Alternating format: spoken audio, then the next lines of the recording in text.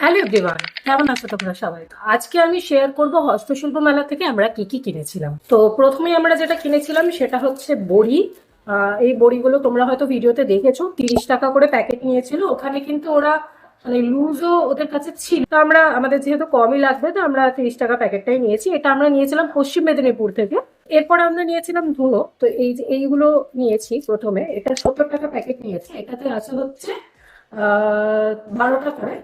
আর তার সাথে আমরা নিয়েছিলাম আরেকটা, এটা হচ্ছে 50 টাকা প্যাকেট, এটাও স্যান্ডেলের। মাটির জিনিসের কিন্তু অনেক দোকান বসেছিল আর খুবই সস্তায় খুবই কম দামে বিক্রি হচ্ছিল। তো এই যে পঞ্চপ্রদীপ, 5টা প্রদীপ রয়েছে এখানে।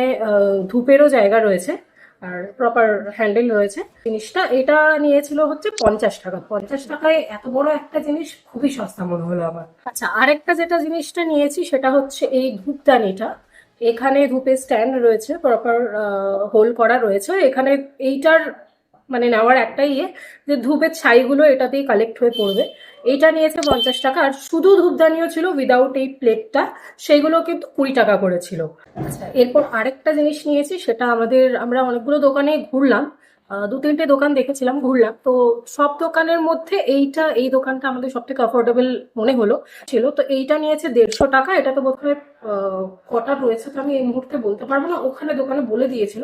তো সেই হিসাবে দামটা যথেষ্ট সস্তা মনে হয়েছিল। আর এইটা হচ্ছে ল্যাভেন্ডারের।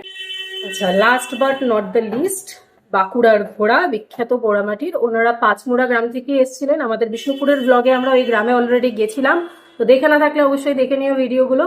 তো এইটা হচ্ছে জোড়া নিয়েছে 100 টাকা, বেশ বড় সাইজ, যেরকম দেখতেই পাচ্ছ আমার মুখের সাইজে।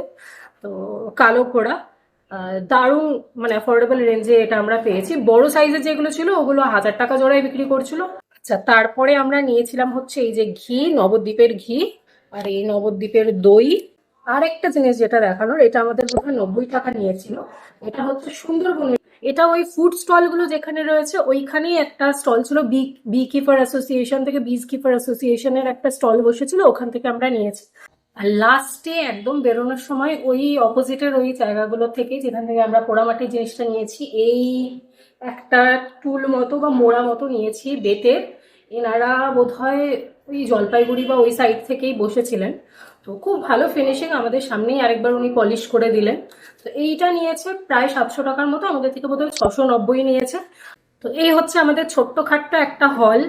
আর আশা করছি তোমাদের ভালো লেগেছে। ভালো লাগলে বড় ব্লগটা অবশ্যই গিয়ে দেখে এসো। দেখা হচ্ছে পরের ব্লগে। বাই।